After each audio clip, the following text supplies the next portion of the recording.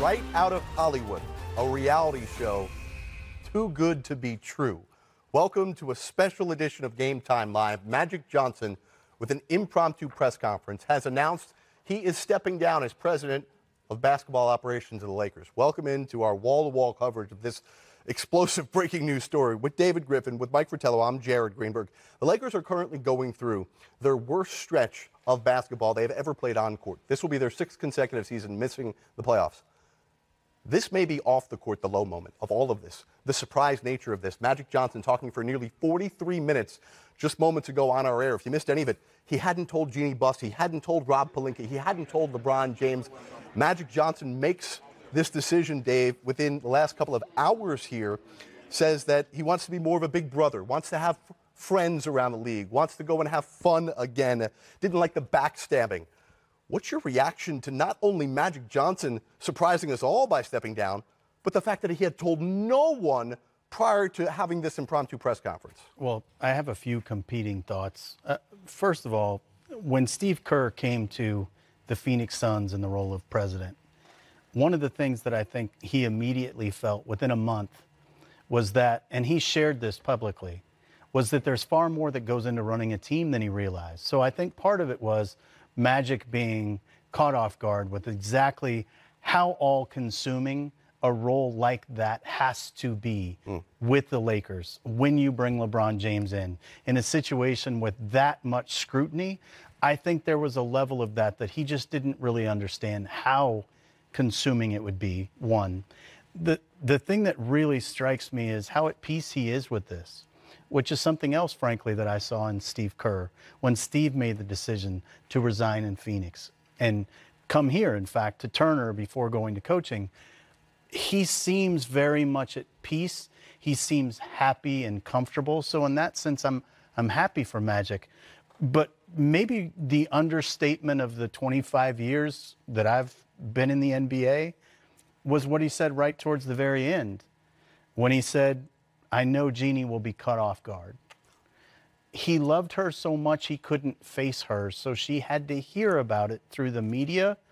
That's a very, very painful way for Jeannie to hear it, because you can tell when Magic speaks, there is genuine familial love that they feel for one another. Magic said a couple of different times, Coach, in a few different ways, adding on to what you were saying, Griff, I couldn't face her to tell her because I love her too much.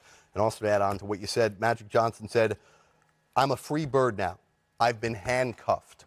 What's your reaction to all of these powerful statements by Magic Johnson tonight? Well, I've got a lot of thoughts besides the surprise element of what took place. To go back to a statement that Griff just made about not telling anyone and how completely surprised some of those people are going to be. I think he also is smart enough to know that if he would have told anyone, it was never getting to the point of him having the press conference and announcing it. This thing would have broken all over the place.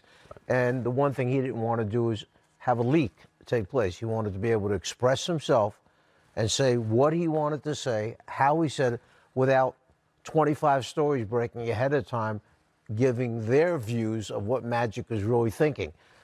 Now, it's tough to do both things. Keep that relationship with those people like Jeannie Buss, et cetera, and not tell her so you could break the news yourself and tell it your way. There's a conflict there, but it also, in his mind, may have been the only way that he could have done it. What I heard in this press conference was a very unhappy person dropping out of his position because of the pressures and the stress, as you just mentioned, that are brought about by this job. I heard him go back to the teachings of Pat Riley and building a culture for a franchise. He used two words that are directly associated with Pat Riley. And one were misery, and the other was whispers. Something that in the culture of Pat Riley in building a championship team, they are so often talked about, the whispers behind people's back. Instead of saying it to your face, they talk about you behind your back, and then the next guy talks about you behind the back, and then it spreads throughout the locker room. You can't win that way with that kind of thing taking place. So when I heard Magic say those two words, I was thinking There are the lessons that were learned when Pat was coaching that team and Magic was playing and they were winning championships together, and it was happening to him, and he didn't like it. He didn't want to deal with it any longer. So he elected to step down and get away from it. Believe me, coaching, front office, you know when you're in a job and you're not happy with your job. But how many people have the strength and the courage to step down from it? Because they say, well, I can't step down from this. It would be embarrassing for me to step down from this. I've got to work my way, fight my way through it. I understand all of this. We're trying to digest. What is going to go down in the annals of the NBA is one of the strangest nights in the history of the league. Because not only does it come out of nowhere that Magic resigns, but the fact that he had not informed anyone. Can you put your finger on what is more unusual, what makes this situation more strange? Well, I think the points Coach made about why he didn't inform anyone are very valid. If you inform someone, you lose the opportunity to do what he just did, and he very clearly wanted to control the narrative. So in that sense, I understand why he did it in this way. What I think is really significant about this situation is it's hard for me to remember a time when an individual stepped down from a position of this magnitude at a franchise that is this focal to the league and left them in a more tenuous position than the Lakers are right now today. It's hard to even fathom what showing up at work tomorrow will feel like for all those people that remain. Yeah, it's amazing. It's quite evident to pretty much everyone that the Lakers are not in a great spot right now, and the fact that they have to deal now with this. And by the way, the Lakers are about, 45 minutes away from tipping off what should be their last game of the season, and no one's going to pay attention to that. But there were several instances where Magic, during this nearly 43-minute impromptu press conference, said that he feels his team was actually going in the right direction. He said at one point, we're not that far away. We're one guy away from getting to the Western Conference Finals. We're not that far away from everyone else. Well, if that guy's Kevin Durant, he might be right. I mean, realistically, you're talking about a situation where they have a template from which they can build. And as long as they don't spend any bad money this offseason and put themselves in harm's way, no harm really befalls them moving forward. They don't even necessarily have to land the plane on the right big name free agent now. What they have to do is fight the urge to do something that feels like you are landing the plane. So it's a fascinating situation. And again, I cannot imagine what it would be like to show up in that facility tomorrow, any more than I can imagine how those players must feel taking the court tonight.